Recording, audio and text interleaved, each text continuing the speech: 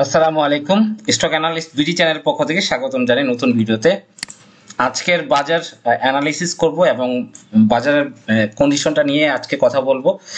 আজকে সেপ্টেম্বরের 3 তারিখ, আপনারা জানেন ডেটটা ইম্পর্টেন্ট স্টক মার্কেটে, কারণ প্রতিদিনই আপডেট হয়। এবং আজকে টোটাল ভ্যালু আমরা যদি দেখি 726 কোটি টাকা ট্রেড হয়েছে, তার মধ্যে 101টা কোম্পানি বেড়েছে তা এবং 17 পয়েন্ট -0 ডিএসি এক্স।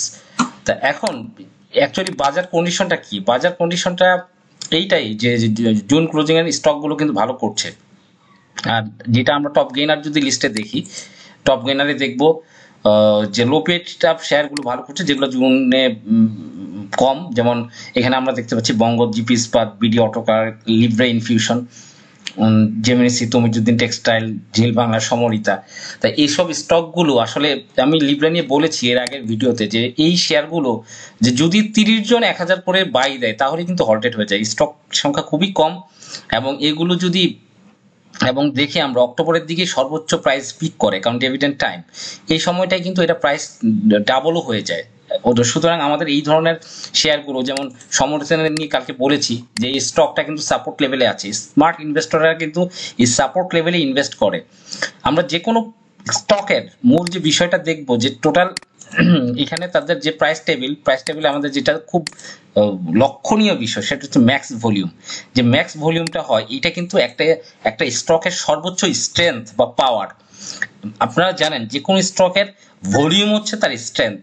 এই স্ট্রেংথটা যদি সে কন্টিনিউয়াস ধরে রাখতে পারে একটা নির্দিষ্ট রেটে, সে কিন্তু ভালো করে।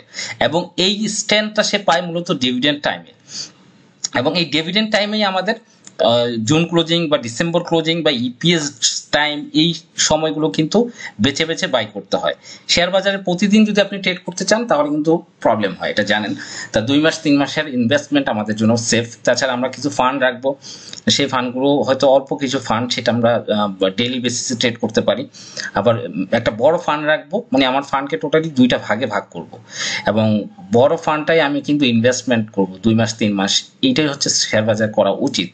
আপনারা যেই স্টকে আটক আছেন টেনশনের কোনো কারণ নাই, মার্কেট ইনশাল্লাহ আস্তে আস্তে ভালো হবে এবং আশা করি আপনারা সেখান থেকে রিলিজ নিতে পারবেন। অথবা যে স্টকগুলো ভালো করে সাপোর্ট জোনে আছে, প্রমিজিং শেয়ার 2 মাসের মধ্যে ভালো হতে পারে, 1.5 মাসে ভালো হতে পারে, সেই স্টকগুলোতে সুইচ করলেন। যখন একটা শেয়ার ট্রেন্ডে থাকে তখন কিন্তু একটু প্রাইস দেখা যায় কি, যদি টেকনিক্যাল অ্যানালিস্টটা অনেকে বোঝে, একটু প্রাইস আপ করে কিনলে অনেক সময় কিন্তু ব্রেকআউট করে। এই জিনিসটা কিন্তু মাথায় রাখবেন। ট্রেন্ডি শেয়ারে কিন্তু বিনিয়োগ করবেন এবং শেয়ার বাজারে যেই ট্রেন্ড চলবে, যেটা এখন আমাদের অক্টোবর জুন ক্লোজিং এর ট্রেন্ড চলতেছে, যেগুলো অক্টোবরের লাস্ট উইকে লোপেড গুলো ভালো ডিভিডেন্ড দিতে পারে বা শেয়ার সংখ্যা কম, অল্প মানুষ কিনলেই হল্টেড হয়ে যাচ্ছে, এই সকল দেখে দেখে আমরা দেখতে পারি। এই যে আজকে সমরিতা, এরকম বলেছি গতকাল, আজকে কিন্তু সে মোটে 1,79,00,000 টাকা ট্রেড হয়েছে। তা এই শেয়ারটা কিন্তু এক সময় আমরা দেখেছি 17-18 কোটি টাকা, 20 কোটি টাকা ট্রেড হয়।